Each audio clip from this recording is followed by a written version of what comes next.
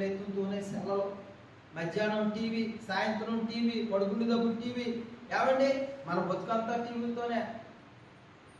దేవుని బిడ్డారా, ఆ టీవీ తీసుకుని మనం పరలోకి వెళ్తామా?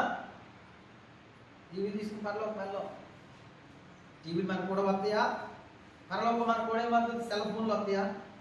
ప్రియమైన దేవుని సంఘ బిడ్డారా, ఈ మధ్యాహ్న కాల సమయంలో ప్రభు మనతో మాట్లాడుతున్నాడు. సమూయేలుతో మాట్లాడిన దేవుడు, హెజ్కేలుతో మాట్లాడిన దేవుడు నీతోను నాతోను మాట్లాడుతున్నాడు. తన గొర్రెలు తన స్వరమును గుర్తెరుగును అని ప్రభు చెప్పాడు. ఏమండి మనం ఎవరి స్వరాన్ని గుర్తెడుతున్నామో చెప్పండి ఒకసారి. సమూయేలుకి దేవుడు అంటే తెలియదు. సమూయేలు ఎవరి దగ్గరికి వెళ్ళాడు? గురువు గారి దగ్గరికి వెళ్ళాడు. గురువు గారు చెప్పండి అని చెప్పండి అన్నాడు. గురువు గారు చెప్పాడు 2-3 పర్యాలైనా కదా, నా మాట కాదు, ఎవరితో నీకు మాట్లాడు, ఎవరో నీతో కానీ మాట్లాడుతున్నాడు అని గుర్తెరిగి అసలైన దారి అది చూపించాడు.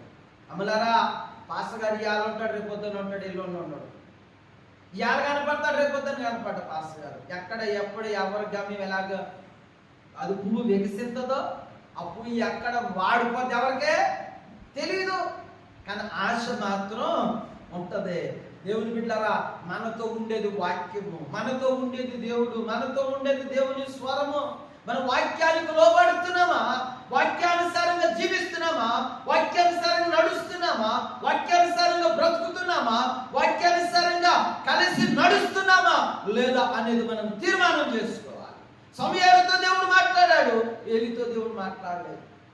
ఏమంటే మీతో దేవుడు మాట్లాడుతున్నాడు, నా ద్వారా మాట్లాడుతున్నాడు కాదు, మనందరి ద్వారా దేవుడు వాక్యం అయి ఉండి ప్రభు మాట్లాడుతున్నాడు. మరి వాక్యం వింటున్నాడు, మనం జాగ్రత్తగా ఏం చేయాలి? మన చెవులు ఏం చేయాలి చెప్పండి? దేవుని అప్పగించాలి. ప్రియమైన దేవుడు